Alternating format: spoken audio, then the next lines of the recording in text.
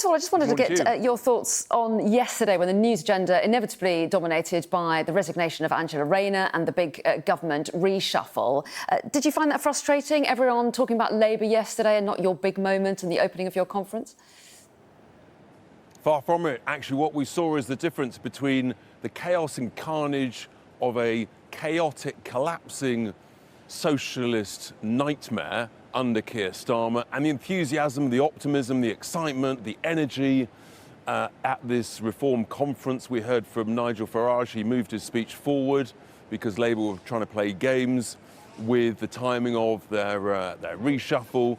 And that shows how nimble we are, we adapt. We're just smarter at this, and that's why we're leading in the polls. And Nigel told members and delegates, we need to get ready for a general election, possibly as soon as 2027, given the state of the country, the state of the bond markets, the small boats crisis. I don't see how this can go on to 2029.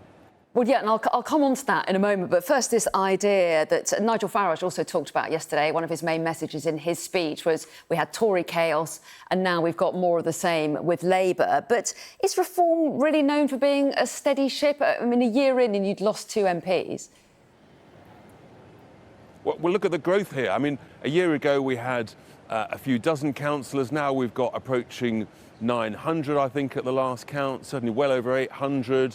The energy, the growth in numbers, we went through 240,000 members yesterday. So I think what you're seeing actually is a huge political change in British politics. The disappearance of the Conservative Party, Nadine Dorries, came over to Reform just a couple of nights ago, and she said that the Tory party is dead. So that's them, they're gone, they're done. And now we're on at most polls, we're 10% ahead of Labour. So I think what you're seeing actually is, do you know what, if you work hard, you roll your sleeves up, you've got a background of success and business, maybe we're just better at this than everybody else. But this idea that a general election could come as soon as 2 years, I mean, that's incredibly unlikely, isn't it? I mean, the last time that a vote of no confidence prompted a government to collapse was in 1979. It's highly unlikely that splits within the Labour Party will bring forward a general election.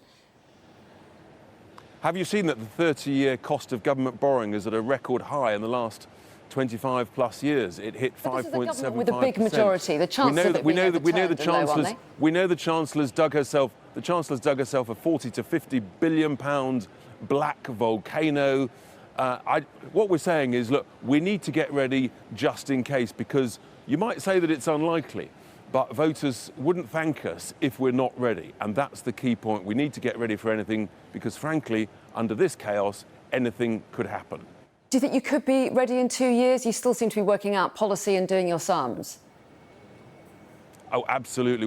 We can be ready. I've no doubt at all. We'll be standing many thousands of candidates at the May elections next year, at the Welsh elections, the Scottish elections, and we've started to deliver. You've started to see reform at work in the councils, where already we're identifying huge savings. I talked about the overcharging, the rip-offs, the underperformance of a grotesque scale in the local government pension schemes, which I exposed earlier this week. That's just the beginning. So we're showing people actually we can start to save money, cut unnecessary waste, and that's how we can get this economy motoring again. You talk about standing a lot of candidates.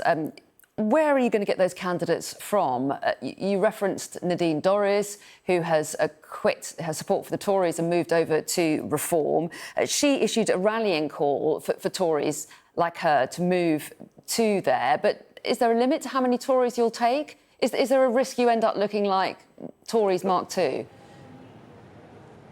But we've also welcomed people from former, now disgruntled Labour people, people from no political party. Do you know what I'm excited by, actually, is people who've never been involved in politics before, really successful people from various walks of life who are coming to us and saying, Richard, I want to get stuck in. The country's in a terrible state. I've got a great track record in this area. Can I help? We need that new energy, that new vibrancy Nigel talked about, bringing in that sort of a cabinet of talents, extra expertise and knowledge and wisdom. That's one of the reasons this country is in the mess it's in, because frankly, our civil servants and our sort of think tank, policy wonk, SPAD type approach to governing this country has utterly failed. What you need is some people from the world of business who can get things done, who've got a track record of success.